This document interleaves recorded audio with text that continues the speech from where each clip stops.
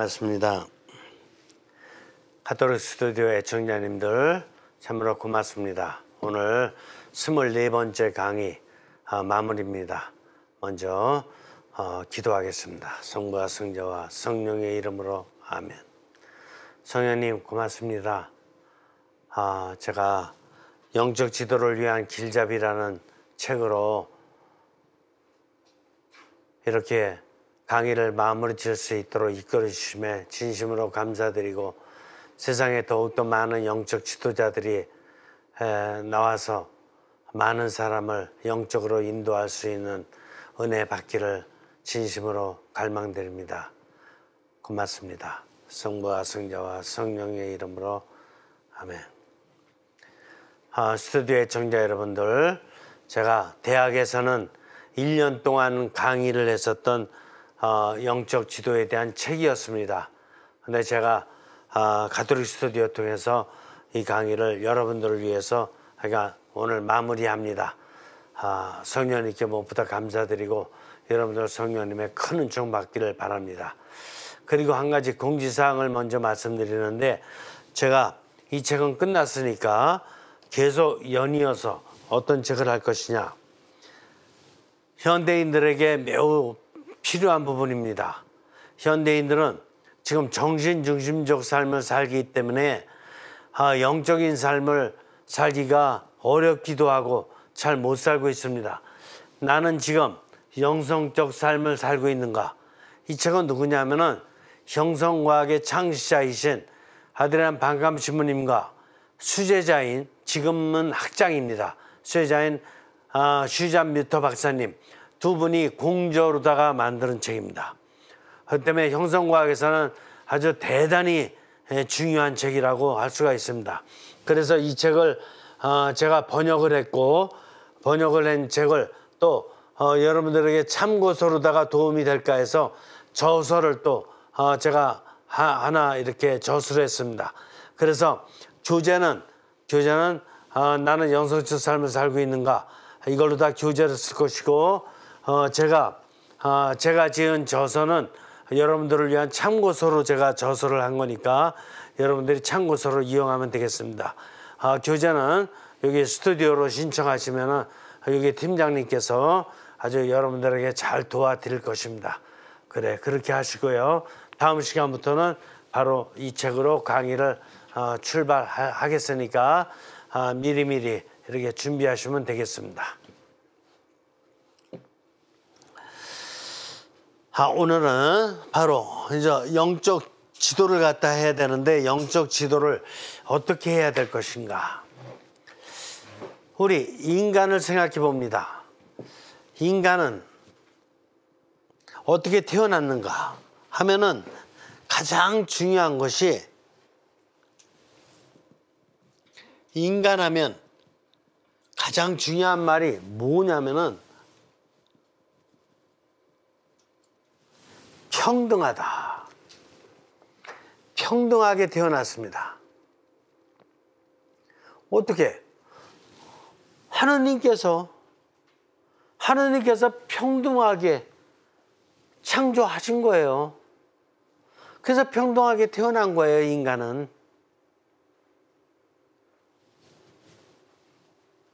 제가 왜 이 말씀을 드리냐면은,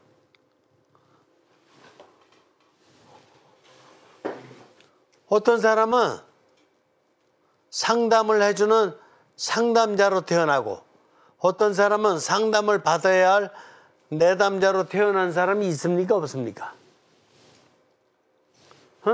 있어요, 없어요? 없어요. 누구는 뭐 상담해 주려고 태어났고, 누구는 뭐 상담 받으려고 태어났고, 그런 게 어디 있냐고요. 인간은 평등해요. 평등하다는 말은 뭐냐? 어떤 때는 상담을 받을 수가 있고, 어떤 때는 상담을 해줄 수가 있고. 이해가 되시죠, 이제? 상담을 해줄 때도 있고 받을 때도 있고. 어떤 사람은 선생으로 태어났고 어떤 사람은 학생으로만 태어났습니까? 아니죠. 어떤 때는 학생으로서 공부할 때도 있고, 어떤 때는 선생님이 돼서 가르칠 때도 있고, 어떤 사람은 집안에서 자녀로다만 평생을 살도록 태어난 사람이 있고 어떤 사람은 부모로 살도록 태어난 사람이 어디 있어요. 처음엔 자녀로 태어났다가 나중에 부모가 되죠. 이해가 되셔요? 그러니까 상담자, 내담자가 따로 있는 게 아니라니까요. 내가 어떻게 사느냐에 따라서 내가 상담자 역할을 할 수도 있고 내담자 역할을 할 수도 있고. 근데 여러분들 중에는 자꾸 상담자 역할을 하는 것은 별로 이렇게 자신 없어 하시고, 여러분들이 좀 고장 났을 때, 좀 이렇게 어떤 문제가 생겼을 때 상담 받으려고만 해요. 그런 경향이 제가 볼 적에 많이 있다니까. 이게 잘못된 겁니다. 아니에요. 부족하기는 모든 인류가 다 마찬가지로다가 죽을 때까지 계속해서 부족한 거예요. 어떤 사람도 죽기 전까지 부족하지 않은 사람 한 사람도 없어요. 그러니까 상담을 갖다 받아야 될 때도 있고 상담해 줄 때도 있는 거예요.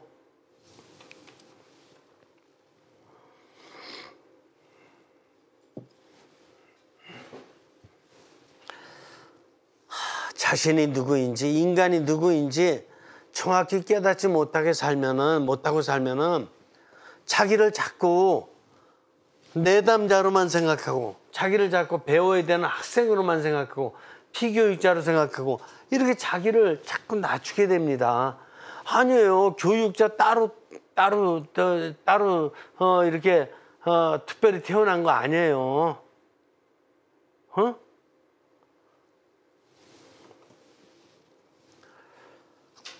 왜 이런 말씀을 드리느냐? 여러분들이 삼중 구조로 살았다면 하느님께서 여러분들의 영에 영감을 주셔가지고 무슨 영감을 주셨냐? 이제 너희 학생으로서 이제 공부했을 때는 끝났으니까 너 이제 선생이 되어라. 응? 너 집안에 자녀로서의 지나는 청소년 시기 끝났으니까 이제는 결혼해서 부모가 되어라. 너 이제 이렇게 어떤 내담자로서 좀 이렇게 아직 연약한 시절에 상담도 받고 지냈으니까 이제는 네가 이제 상담자 역할을 해라. 이런 영감을 주신다니까요. 근데 여러분들의 영을 안 쓰기 때문에 이런 영감을 못 받는다니까요.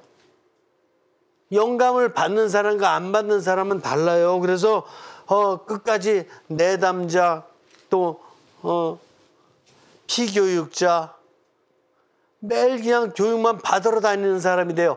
교육자가 되지는 못하고. 교육자 달라고 태어난 사람 없다니까요, 세상에. 그죠? 근데 신앙인들 보면 대부분 다 이렇게 수동적이에요. 이렇게 수동적. 이렇게 능동적이 못되고. 그렇기 때문에 우리 교황님께서도 이번에 시노달리타스를 내자 이렇게 된 거잖아요. 왜? 시노달리타스 우리 크리스찬 모두 한 사람도 빼놓지 않고 모두 나랑 같이 가자. 이가 손잡고. 내가 먼저 가고 니네들 나 뒤따라오고 이런 게 아니고 같이 산책하면서 같이 대화 나누고 평등하게 같이 하자 이거예요. 이게 시노달리타스예요. 아시겠어요? 근데 왜 자꾸 여러분들은 자신을 낮춰보냐 이거예요. 자신을 낮춰가지고 자꾸 이쪽 것만 하려고 그래요. 이게 잘못이죠. 여러분들은 이제 나이가 20살이 넘으면 이쪽 거를 해야 돼요.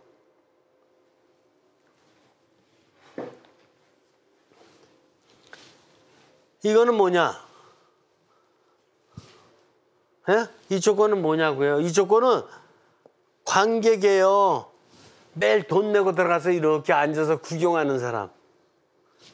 이쪽은 뭐냐? 이쪽은 배우예요, 배우.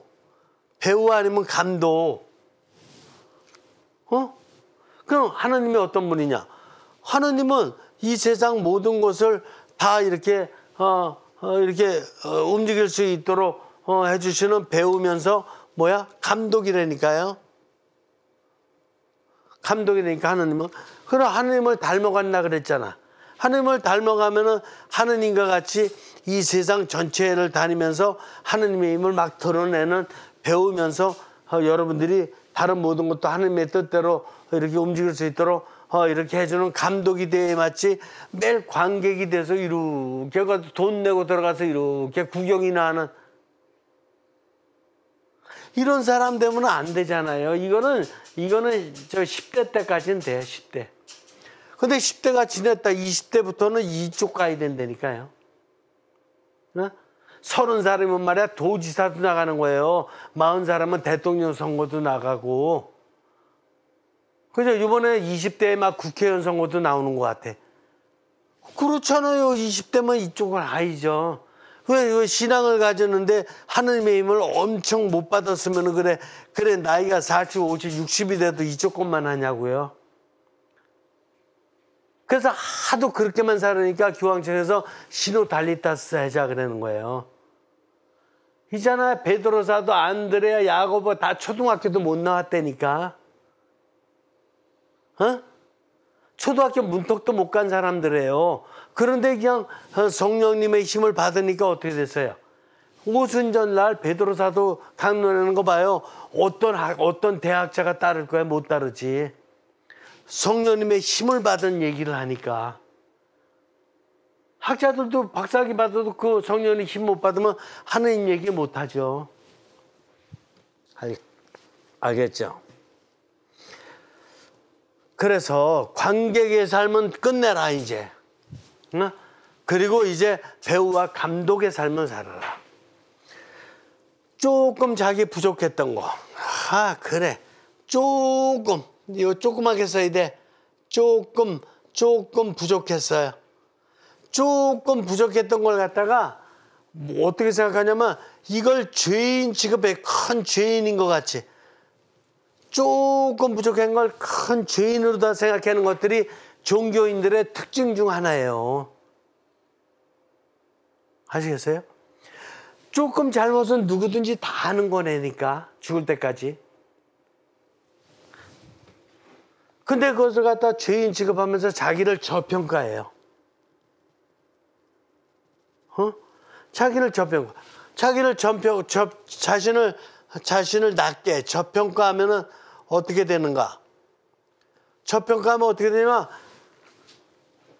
다른 사람들은 죄 안 짓는 사람 같이 이렇게 높게 보이고 그래서 그 사람 앞에서 개인이 그냥 자기는 눈치나 보고 개인이 그냥 이렇게 죄인과 같이 쥐구멍이나 찾으려고 그러고 당당하지를 못하게 돼요. 이렇게 살면 되느냐? 틀렸습니다. 미안하지만 틀렸습니다. 초등학교 나온 애보다도 못합니다. 초등학생도 그렇게 비굴하게 자기 죄인 취급하고 이러지 않습니다. 이건 성인이나 돼가지고 조금 잘못된 것 같고 그냥 자기를 죄인 취급하면서 저평가하고 매일 눈치나 보고 다른 사람한테 기가 죽어가지고 이렇게 살고 매일 자기 사는 게 죄이죠. 그게 신앙 가지고 올바른 가치관입니까? 신앙을 가졌으면 당당해야죠. 신앙 가지신 신앙의 본질인 하느님이잖아요. 하느님은 당당하십니까? 아닙니까? 하느님의 이름이 뭔지 아셔요? 하느님의 이름이 멋진 이름이 뭐냐면은 당당입니다. 당당. 저 따라서 해봐요. 당당히. 하느님의 힘이 당당해요. 예수님 봤잖아요. 우리가 당당하시잖아. 예수님 이 세상에 내려오셨을 적에 크리스찬 한 명이라도 있어서 없었어요.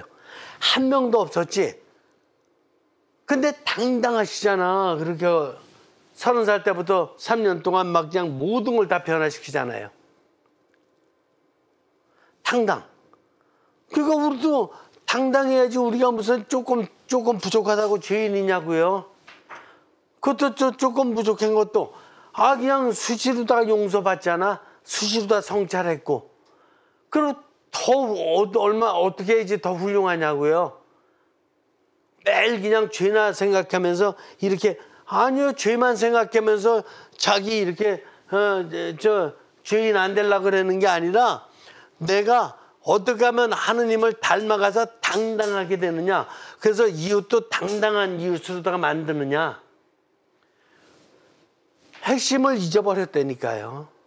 죄 반성하지 말라는 게 아니지만은, 그거는 처음에는 좀 많이 반성할 게 있겠고, 1년 지나면 훨씬 또 다 줄어들었고, 이제 3년 지나면 거의 없고, 그래서 이제 당당하게 하느님의 일을 당당하게 하는 게 맞지. 매일 내 부족한 거, 육신 정신으로다가 부족했던 거거든. 근데 영의 힘이 사르면은 육신 정신보다 부족한 것보다도 영의 힘이 사르면 영적으로다가 하느님의 일을 엄청 많이 이웃을 위해서 상황과 세계를 위해서 하니까 그냥 당당해지거든요. 그 당당해진 정신, 당당해진 육신이 되는데 영의 힘이 없으니까 매일 육신 정신으로다가 열심히 살면서도 찌끔 잘못해야 하네요. 육신과 정신은 매일 찌끔 잘못하는 거야. 이거는 찌끔 잘못하는 거. 찌끔 잘못. 근데 거기다가 몰두를 하냐고? 영으로다가 당당하게 하느님의 일을 해야지. 가치관이 틀렸습니다. 이거는 하느님의 뜻에 맞지 않는 잘못된 모습입니다. 이거는 자신이 만든 이걸 뭐라 그러냐면 자신이 만든 오만의 늪입니다. 오만의 늪은 누가 만드냐? 다른 사람이 만드는 게 아니라 자기가 만드는 거야. 자기가 죄인이래. 자신은 영의 힘만 들어가면 광채인데 자기는 그냥 그 어두운 늪이래. 죄인이래. 잘못됐습니다.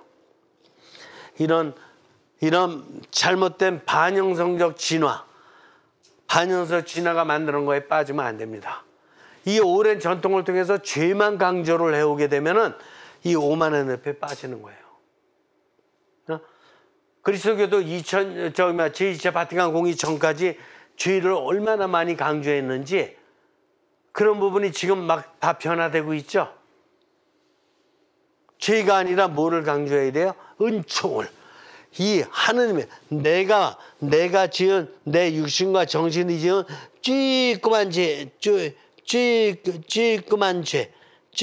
죄가 아니라 하느님의 크신 은총을 강조해야지만이 하느님의 크신 은총을 강조해야지만이 되지 이 찌끄만 죄를 강조하면 안 돼요. 아시겠어요?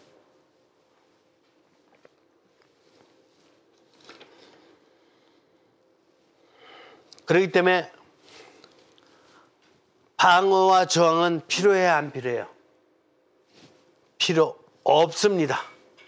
방어할 필요도 없고 내가 죄 진 거에 대해서 방어할 필요도 없고 이런 거에 대해서 죄 짓는 거 이거 안 죄 지려고 나서 그냥 다른 사람들이나 뭐 어떤 만나는 상황에 대해서 저항을 하고 이럴 필요 전혀 없어요. 그냥 세상 모든 거 다 하느님께서 만들어 놓으셨으니까 또 하느님께서 현존하고 계시니까 내가 그냥 확 개방돼 가지고 모든 것을 개방돼서 하느님의 힘이 들어간 것 안에서 하느님의 힘을 흠뻑 내가 뽑아내면 돼요. 개방되는 거야, 개방. 그래서 방어한다든가 저항적인 삶은 인간에게 정말 필요 없는 이건 악이다. 필요가 없습니다.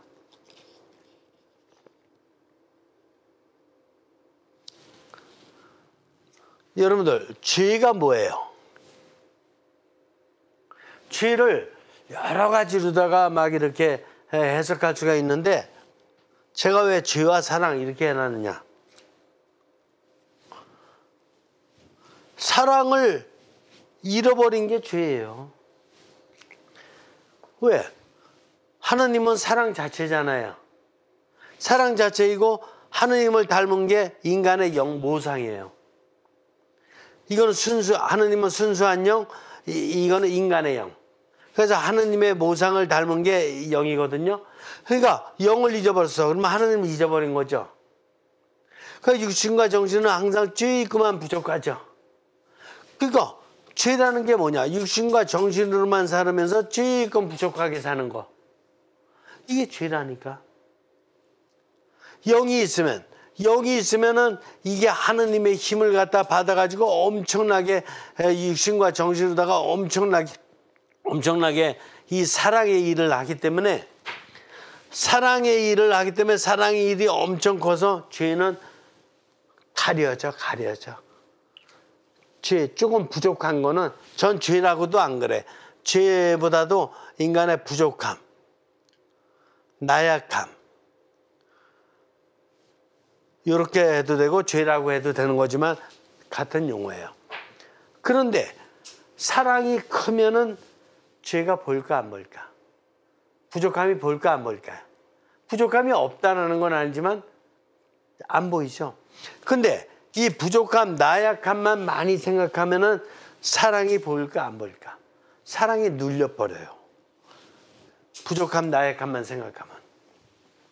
그러니까 인간의 본질은 뭐냐? 인간의 본질은 어떻게 이 사랑을 키우냐 이게. 사랑이 하느님이니까. 사랑을 키우는 거, 바로 하느님의 힘을 키우는 거, 이걸 갖다 뭐라 그러냐? 죄 중심에서 사랑 중심으로 바뀌는 걸 갖다가 재형성, 초형성, 즉 리포메이션, 트랜스포메이션,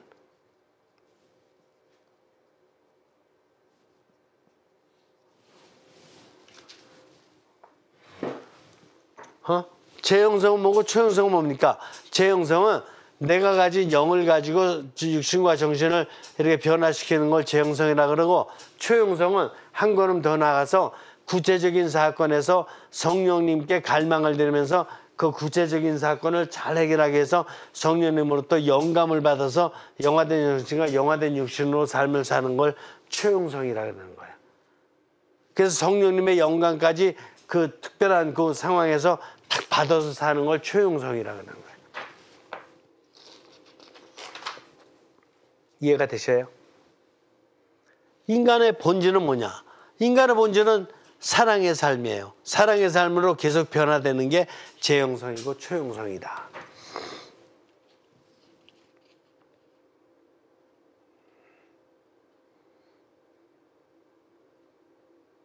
그래서 다시 한번 구분해 드리는데, 인간의 육신과 정신이 부족하다 그래서 육신과 정신을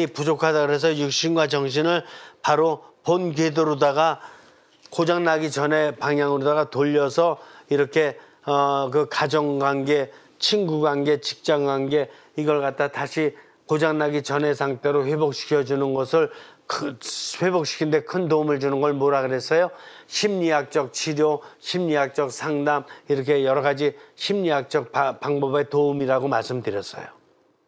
근데 이 방법은 근원적이며 전인적인 이렇게 인간 회복은 안 돼. 근원적이며 전인적으로 되려면 영이 꼭 포함돼야 돼요. 그렇기 때문에 이렇게 영적 지도 관점에서 영적 지도자들은 바로 심리학자들의 이런 공로에 대해서 감사를 하면서 또 그런 방법의 도움을 받아가면서 한편 다 근원적이고 전인적으로다가 이 사람이 하느님과의 관계를 회복시킬 수 있도록 도움 주는 역할까지 해야 되는 거예요. 그래서 그걸 갖다 뭐라 하느냐? 영에 의한 구원이라고 하는 거예요. 영의 문제가 회복되지 않으면 구원의 문제가 해결될 수가 없어요. 그래서 영의 문제가 해결되면 그 다음에 이제 영화된 정신, 영화된 육신이 돼가지고 모든 이웃관계며 상황관계며 세계관계가 완전히 바뀌어요. 내가 육신과 정신만으로다가 이웃관계, 상황관계, 세계관계 했던 거하고 영의 힘을 받아가지고 영화된 정신과 영화된 육신으로 이웃관계, 상황관계, 세계관계 하는 거는 180도 달라요. 아시겠어요? 그래서 그 세상의 많은 이론들, 철학이라든가 심리학이라든가 인간학이라든가 많은 이론들이 이런 이중구조로다가 나온 이론이 거의 대부분인데, 이런 이중구조로다 나온 이론들은 인간이 그 학자가 그 박사님이 자기 이론을 만들어 온 거기 때문에 아니면 자기 학파의 이름을 만들어 온 거기 때문에 주관주의적 이론이 많아요. 주관주의적인 이론. 그런데 인간이 주관주의적 이론을 뛰어넘어서 영에 의한 하느님의 영감을 받은 이론을 갖다가 만들어내게 되면 주관적이지 않고 초월적 이론이 돼요. 주관주의를 뛰어넘는 초월적 이론이 된다. 영적 이론이 된다. 그래서 영적 이론이 돼야지만이 인간 전인적 인간을 위한 통합적인 이론이 나오는 것이다. 그래서 심리학이라든가 철학이라든가 인간학적인 통찰과 이거 영적인 그 영의 의미까지 담은 이 통찰이 다른 이유는 바로 전인적이고 통합적인 이론이기 때문에 그렇습니다.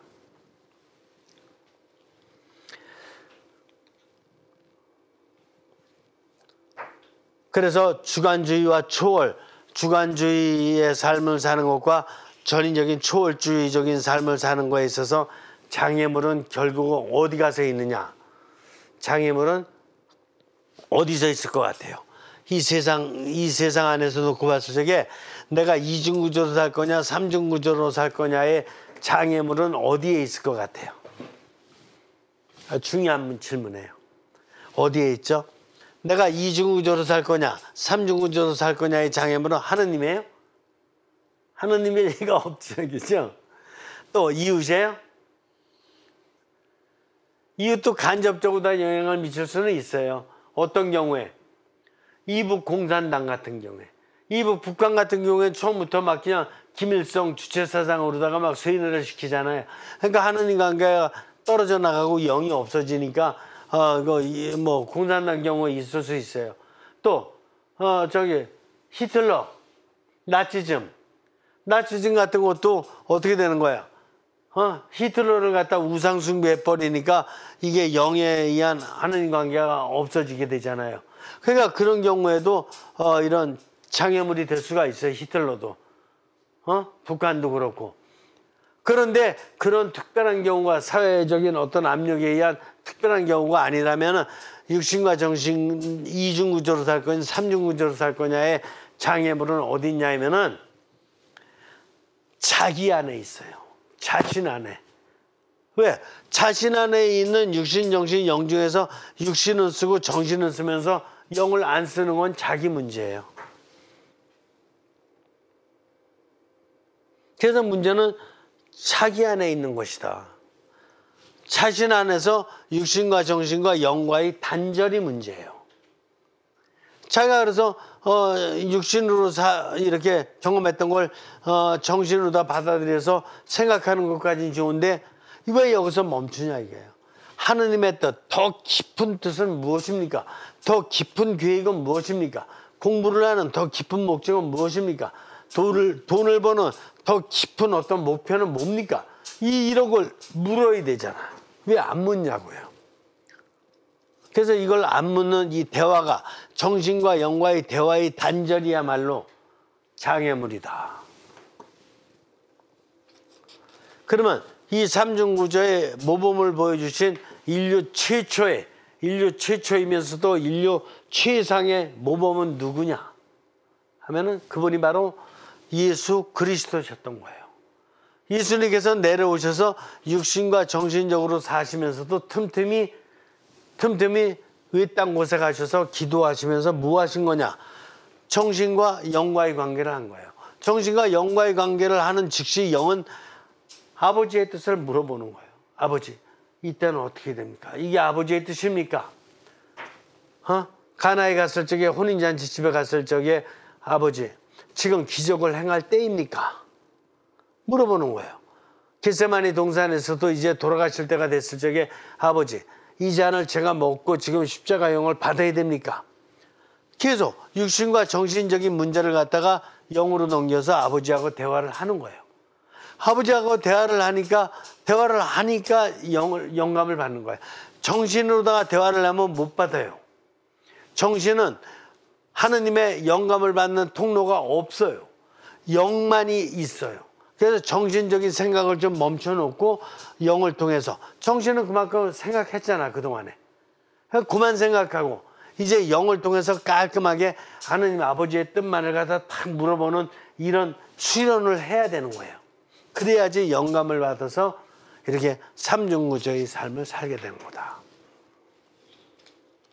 그렇기 때문에 이 모범이 예수 그리스도에서 나오기 때문에, 그래서 사복음서를 읽는 것이고, 그래서 사도행전, 그 다음에 여러 가지 서간들 뭐냐면은 그리스도의 모범을 닮아서 생활하려고 했던 예수님 제자들의 삶이 바로 예수님을 닮은 삶이기 때문에, 그래서 신약성서가 중요한 거예요.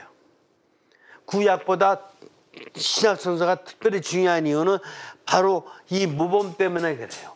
삼중구조의 모범을 최초로다가 정확하게 매일매일의 삶에서 이루신 분이 예수 그리스도시기 때문에 그래요.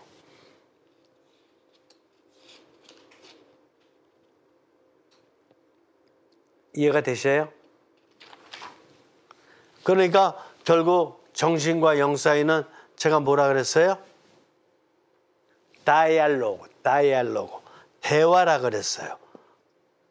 대화. 육신과 정신 사이의 대화는 잘해야 안 해요? 잘하잖아요. 눈 아픈데 이거 어떻게 해야 되지? 이거 안과 가야 되나? 아니, 그냥 약국 가서 그냥 저기만 안약만 사서 넣을까? 이런 대화 하잖아요. 눈이 아프면. 육신과 정신의 대화잖아요. 어떻게 할까? 그래서 정신적인 고민이 있고 그러면 어떻게 해야 돼요? 그럼 영과 대화에 나눠야 되잖아요. 하느님, 이런 문제는 어떻게 해결해야 되죠? 제 쬐끄만 정신으로다가는 지금 당신의 뜻을 깨닫기에 지금 어려우니까 좀 깨달음을 주시죠.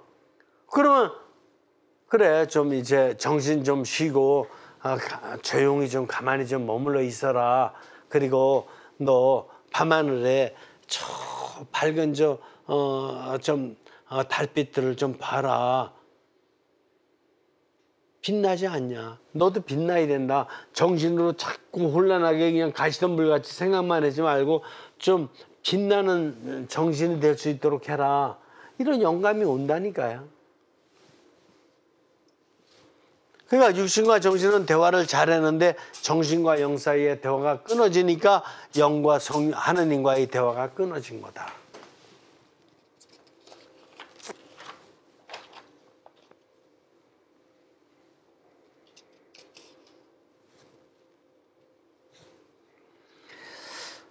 자, 이런 관점에서 한번 생각해 봐야 됩니다.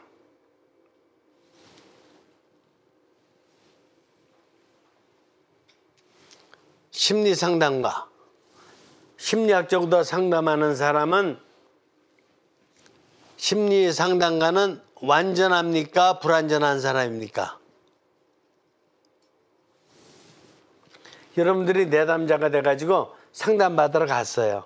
그러면 이제 상담해주는 사람, 부부 클리닉이 됐던 아니면 자신의 어떤 개인적인 고민이 됐던 상담하러 갔으면, 나 상담해주는 상담자는 아주 완벽한 사람입니까? 아니면 불완전한 사람입니까? 네? 두 기둥을 생각해 보시면 알잖아. 인간은 불완전해요. 불완전하고 부족하고 한계가 있어요.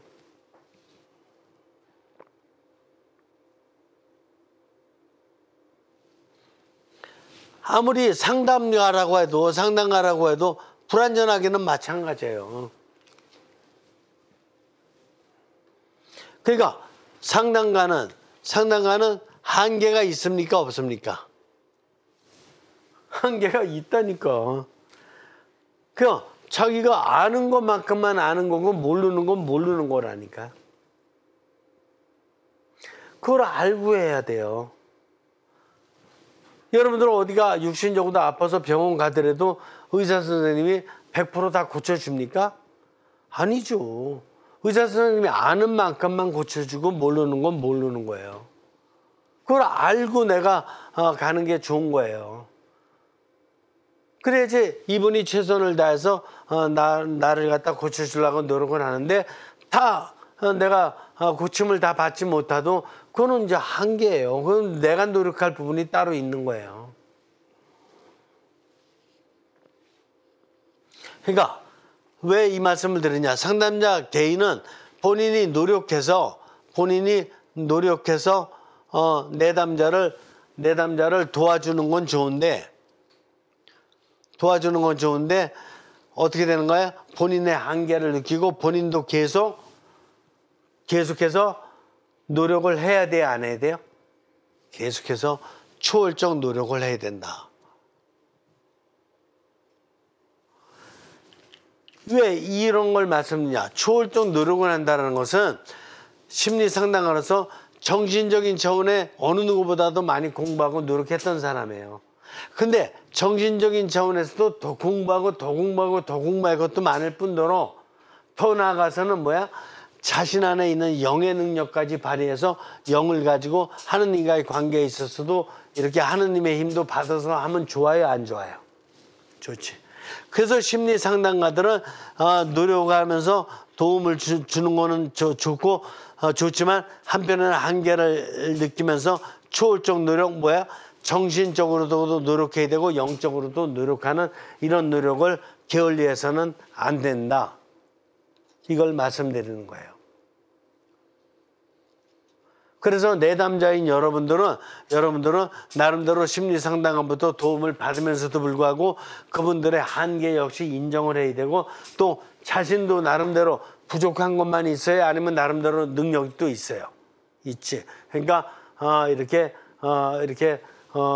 한계성 있는 심리 상담가이지만 그래도 나름대로 노력한 분들이기 때문에 이분의 도움을 받으면서도 또 한편은 내가 해야 될 부분을 해야 돼야 안 해야 돼요?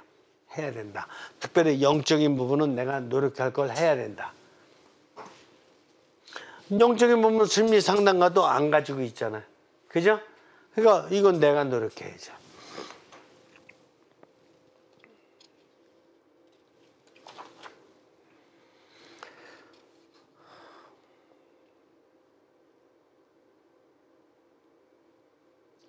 이중구조의 삶은 육신과 정신으로 살아가는 이중구조의 삶의 특징이 있는데 그 특징은 뭐야? 특징은 뭐냐면은 내 방법, 내 기술을 강조해요.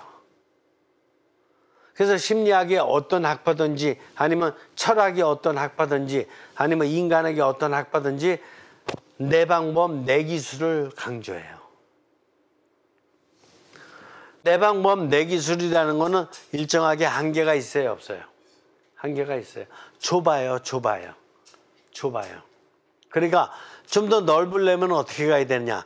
넓으려면 역시 영이 개방돼야 돼요. 영이 개방되어서 하여간 성령님께 갈망을 드리고 영감을 받으면서 성령님의 뜻은 어디서 오느냐? 내 육신과 정신의 방법뿐만 아니라 성령님의 뜻은 이웃을 통해서도 없고 세상 만물의 상황과 세계를 통해서도 성령님의 뜻은 얼마든지 올 수가 있기 때문에 내가 개방돼야지만 영에 개방돼야지만 이 좁은 삶이 아니라 좁은 내 방법 내 기술이 아니라 넓은 이런 하느님의 방법 하느님의 기술을 이용할 수 있게 된다. 그래서 삼중구조의 삶은 이게 성령님께 갈망을 드리면서 성령님의 영감을 받으면서 그 다음에 이 역동성이 성령님의 영감을 받게 되면 역동성이 내 안에서도 영적인 정신, 영적인 정신으로다가 넓혀지고 또 이 역동성이 하느님과 관계된 모든 것, 이웃과의 관계, 상과의 관계, 세계와의 관계가 내가 생각하는 것과는 다르게 하느님께서 관계하고 계시기 때문에 또 이 안에 하느님의 힘이 담겼기 때문에 내 삼중구조 전체가 세상의 넓은 차원으로다가 역동적인 관계가 넓어진다. 그래서 이게 이제 공동 형성이 이루어지는 것입니다. 세계 전체가 공동 형성으로 이루어지는 것입니다.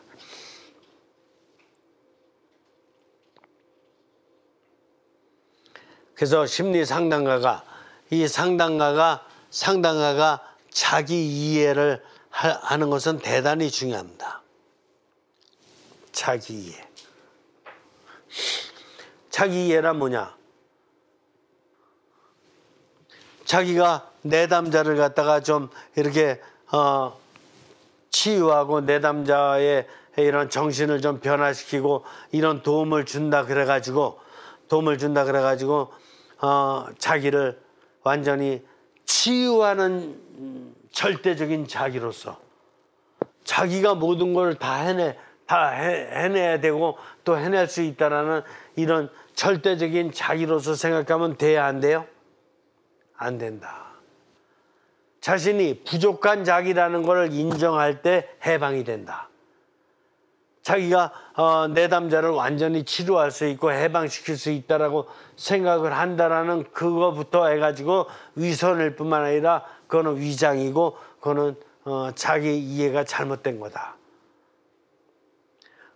그래서 이런 자기가 다 할 수 있다라는 협소한 시각에서 해방돼야 되는 것이 대단히 중요합니다. 상담자는. 그래서 상담자는 남을 도와주지만 굉장히 어떻게 돼요? 겸손해야 돼요. 자기 한계를 느끼면서 겸손해야 된다.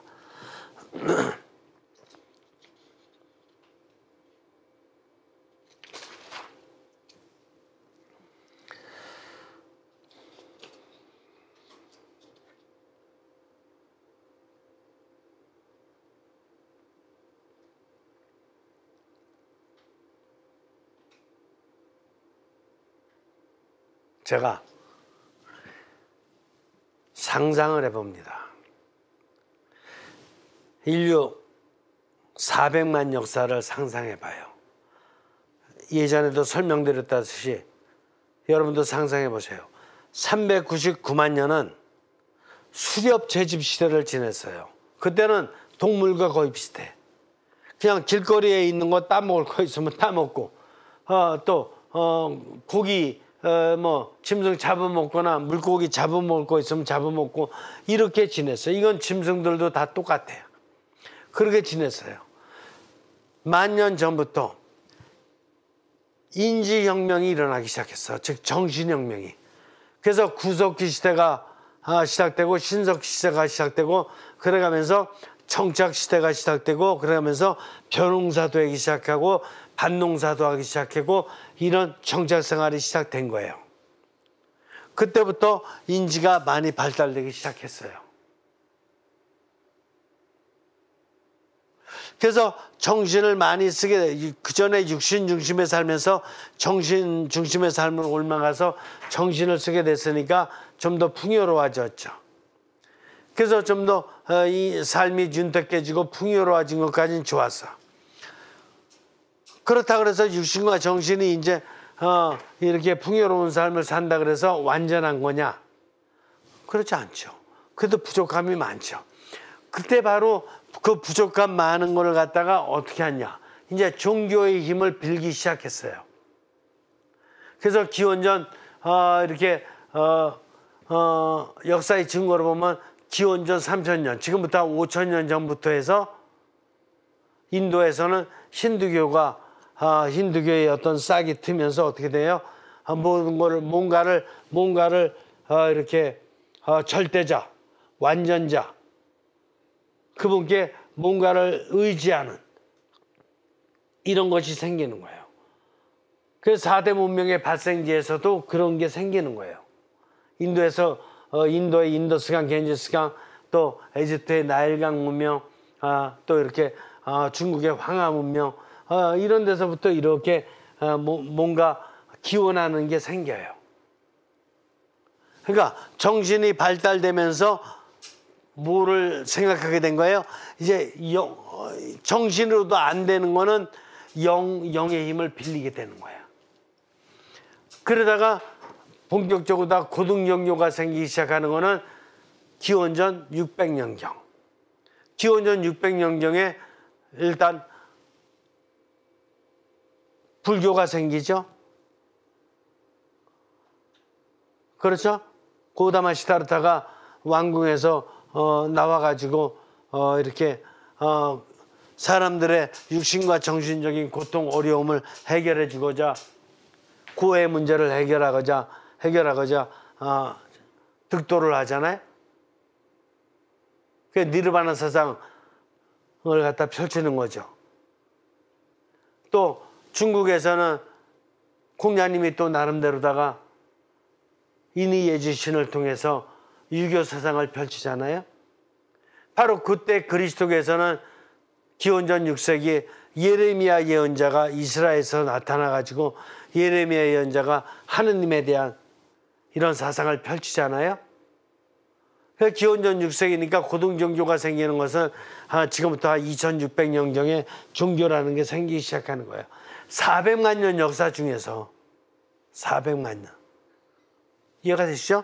그래서 종교가 생김으로써 뭔가 좀 절대자 하느님에 대한 이런 거 갖다가 이렇게 생각하게끔 됐거든요. 그러면서 기원전 6세기경에 뭐야? 철학에서는 자연철학 시대가 오거든요. 그래서 우주의 근원은 뭔가, 인류의 근원은 뭔가 보다 더 근원적인 걸 생각하게 되거든요. 그러나 자연철학 시대는 하느님, 절대자로다가 찾은 게 아니라 이 만물로 다 찾았어요. 흙, 물, 불, 공기, 원자 이런 게 만물의 근원이 아니겠느냐 이렇게 봤던 거예요. 그런데 기원전 3, 4세기경에 소크라테스, 플라토, 아리스토텔레스가 등장하면서 해가지고 물, 흙물, 불, 공기 이런 것도 중요하긴 하나 그게 근원이 될 수는 없다. 근원이 되는 거는 뭔가 흙물, 불, 공기, 원자 이런 것까지 다 만드는 절대자, 어떤 근원적인 어떤 뿌리, 존재의 근원, 그분일 수밖에 없다. 그래서 뭔가 이게 하느님을 찾고자 하는 그런 노력이 시작된 거죠. 그래서 철학도 이런 종교에서 생각했던 이런 모든 것의 근원, 이걸 갖다 철학도 이제 만물에서 자연에서 인간 중심으로다가 이렇게 옮겨오면서는 신을 찾기 시작했던 거예요. 이게 이데아야, 이데아 사상. 플라톤의 이데아, 아리스토텔레스의 에이도스. 똑같은 말이에요. 이상적인 것, 신이야, 신. 절대자, 불변자, 궁극자 이런 거예요. 그러더니 신학에 들어오면서 이제 그리스도 탄생됐고, 그리스도 탄생되면서 뭐가 되는 거예요? 유럽에서 중세가 열렸잖아요. 중세가 열리면서 아우구스티누스 또 더 나가서 토마스 아퀴나스에 의해서 이제 절대적으로다가 중세 시대에 하느님에 대한 이게 이렇게 철학 또 신학이 발달되게 되는 거예요. 그래서 본격적으로다가 이제 모든 것의 근원은 하느님이다라는 것을 갖다가 이제 중심으로다가 이제 딱 이론화하기 시작하는 거죠. 그래 됐잖아요. 그래서 삼중구조가 어느 정도 이제 균형을 맞추게 된 거예요. 균형을 맞추게 됐지만 육신으로 살았던 거는 399만 년이요. 정신으로 살았던 것은 10,000년 전이니까 그래도 이거는 좀 역사가 길어요. 399만 년, 이거는 10,000년. 근데 영으로다가 한 거는 뭐야? 기원전 3000년부터 길게 잡아도 기원전 3000년부터 고등종교로 따지면 기원전 600년부터니까 영으로다가 따진 거는 중세시대 다 합쳐도 기간이 짧죠. 이렇게 짧은데도 불구하고 다시 영적인 생활에서 이제 영화된 영식, 영화된 육수다 통합하기 전에 다시 무슨 혁명이 일어난 거예요? 르네상스 문예부흥이 일어난 거야. 16세기에.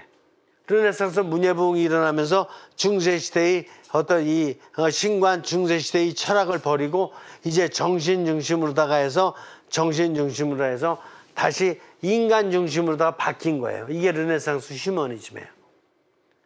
그래서 그때부터 인간 중심으로 바뀌다 보니까 인간 정신이 할 수 있는 게 뭐예요? 정신이 노력하는 게 과학이지 뭐예요. 그래서 이때부터 경험과 또 이렇게 합리주의에 입각한 인문과학이 싹 트는 거예요. 그래서 경험과학, 인문과학, 사회과학이 싹 트게 됐던 거예요. 그래서 기원전 지금 1500년도부터니까 1600년도부터니까 지금은 또 500년 전부터 시작해가지고 이제 세상은 어떻게 바뀐 거예요? 세상은 영과의 이런 통합적인 삼중구조의 밸런스보다는 정신과 육신 중심의 이중구조의 인문과 또 사회가 아니면 경험과으로다가 통째로다가 바뀌어서 넘어온 거예요. 그래가지고 넘어온 게 결국 뭐예요? AI까지 온 거예요.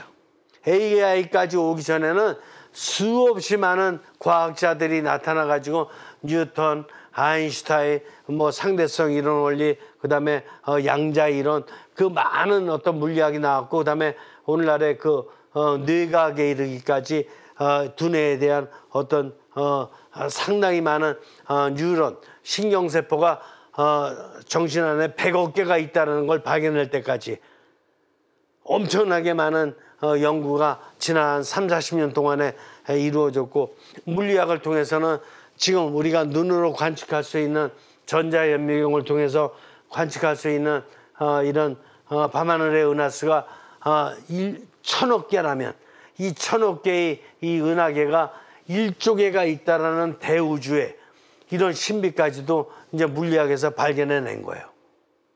엄청난 발견을 해냈죠. 이게 바로 인간 정신이 만들어놓은 하느님께서 창조하신 이 세상을 발견해낸 거예요. 이 우주 안에 1,000억 개짜리의 별이 1조 개가 있다는 거, 인간 정신 안에 100억 개의 100조 개의 인간 안에 100조 개의 세포가 있으며 인간 정신 안에는 100억 개의 신경세포가 있다는 거, 이 모든 것들이 인간 정신이 발견해낸 신비예요. 그러니까 하느님의 신비를 인간 정신이 그만큼 발견해낸 거야. 이제 뭐냐? 발견해낸 거 안에 이 1,000억 개의 별이 1조 개가 있는 그 은하계 그 별들이 하느님께서 무슨 계획으로 만들어낸 것이냐를 밝히는 일이 남았고, 또 인간에 있는 100조 개의 세포, 인간 정신 안에 있는 100억 개의 세포가 하느님께서 무슨 뜻으로 어떻게 돼서 그렇게 만들어 놓으셨느냐, 이걸 밝히려면 유언한 문제예요. 그러나 이걸 하느님께서 이게 창조하신 것이라는 거에는 이제 더 말할 것도 없어요. 거기에 의문이 있을 수가 없어. 어느 누구도 그렇게 못 만들어. 하느님밖에는 만들 수 없다라는 그 신비만큼은 밝혀졌어요. 어떻게 그렇게 이 모든 것들이 질서 있게 움직여가면서 이 대우주가 이렇게 움직이고 있고 인간이 이렇게 질서 있게 움직이고, 단 문제는 뭐냐면은 정신이 그 많은 것을 밝혀낸 건데, 더 깊이 있게 깨닫기 위해서는 이제 정신과 육신 중심의 삶만 살지 말고 영으로다가 하느님의 영감을 받아야지만이 대우주에 1,000억 개의 별이 어떤 의미가 있으며 1,000억 개짜리 1조 개가 또 있으니 그게 어떤 의미가 있는가를 우리가 영감을 받아야 깨달을 수 있어. 또 인간 안에 100조 개의 세포가 어떤 의미가 있으며 정신 안에 있는 100억 개의 신경세포가 어떤 의미가 있는지 성령님의 영감을 받으면 받을수록 우리가 깨달을 수 있게 되는 거예요. 그러면 앞으로다가 정신은 정신 나름대로 하느님께서 창조하신 이 세상을 갖다가 계속해서 더 정밀히 연구해 나가겠지만, 영은 영 나름대로 성령님의 영감으로 정신이 발견한 이 모든 것을 갖다가 영적으로 해석해낼 수 있는 노력을 계속 해야 되는 거예요. 그래서 육신과 정신과 영이 통합적인 밸런스를 맺게 될 적에 이제 우리는 하느님께서 창조하신 이 세상의 신비를 좀 더 잘 깨닫고 해석해 나갈 수 있는 길이 열리게 된다, 이렇게 보는 거예요. 이런 가운데 하느님의 힘은 절대적으로 다 필요한 거고, 그런 가운데 영적 지도와 영적 상담은 많이 필요한 거고, 오늘날 현대인들이 이중구조로 살기 때문에, 대부분 이중구조로 사는 사람이 많기 때문에 영적 지도를 통해서 영의 중요성과 영의 역할을 갖다가 현대인들에게 깨닫도록 해주는 이 영적 지도야말로 정말 필요한 세상이 되었다, 이렇게 결론 지을 수 있겠습니다. 이해가 되십니까? 이 강의를 시청하신 여러분들이 정말 좋은 지도자가 돼서 여러분 주변에, 여러분 가족부터, 여러분 가족에 있는 학생들, 여러분들, 제가 이거 대학교에서 강의했던 거예요. 대학원에서 강의했던 거예요. 그러니까 여러분들 저 집안에 있는 대학생들이나 또 고등학생도 들어야 돼요. 학생들한테도 알려주시고, 또 여러분들 이웃들도 지금 다 고등교육을 받은 사람들이기 때문에 다 나름대로 의미가 있어요. 얼마든지 알아들을 수 있어요. 그래서 그들이 이런 걸 잘 깨닫고 영의 중요성을 깨닫고 삼중구조의 통합된 전인적 삶을 잘 살아갈 수 있도록 여러분들이 도와준다면 여러분들이 바로 성령님 역할을 하는 거예요. 여러분들이 그리고 그들의 모두 이중구조에서 닥치는 여러 어려움들을 다 여러분들이 해결해 주는 좋은 지도자가 되는 거예요. 그래서 널리 알려서 하여간 이 강의 나중에 유튜브 들을 수 있도록 아니면 여러분들이 설명해 줘가지고 그들을 잘 이해시키는 이런 역할을 해주시면 참 좋겠고, 그리고 마지막으로 이제 다음 시간부터 제가 강의할 바로 나는 영성적 삶을 살고 있는가, 이 강의와 긴밀히 또 연결되고 있으니까 좀 더 깊은 차원에서 여러분들이 안고 있는 여러 가지 고민들을 하나하나 이 책을 통해서 제가 풀어드리도록 그렇게 할 것입니다. 계속해서 관심 갖고 성령님의 은총을 구하는 이런 삶을 살기를 바랍니다. 그동안 열심히 시청해 주시고 또 댓글을 많이 달지는 않으셔서 제가 한편에 약간 섭섭하지만 쉬운 강의는 아니기 때문에 제가 충분히 이해됩니다.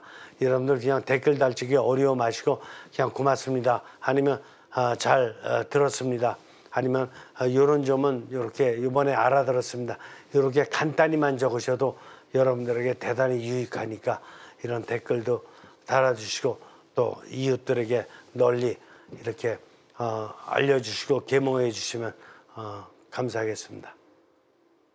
가톨릭 스튜디오가 여러분들에게 정말 은총의 창구가 되기를 다시 한번 바랍니다. 마치 기도하겠습니다. 성부와 성자와 성령의 이름으로 아멘.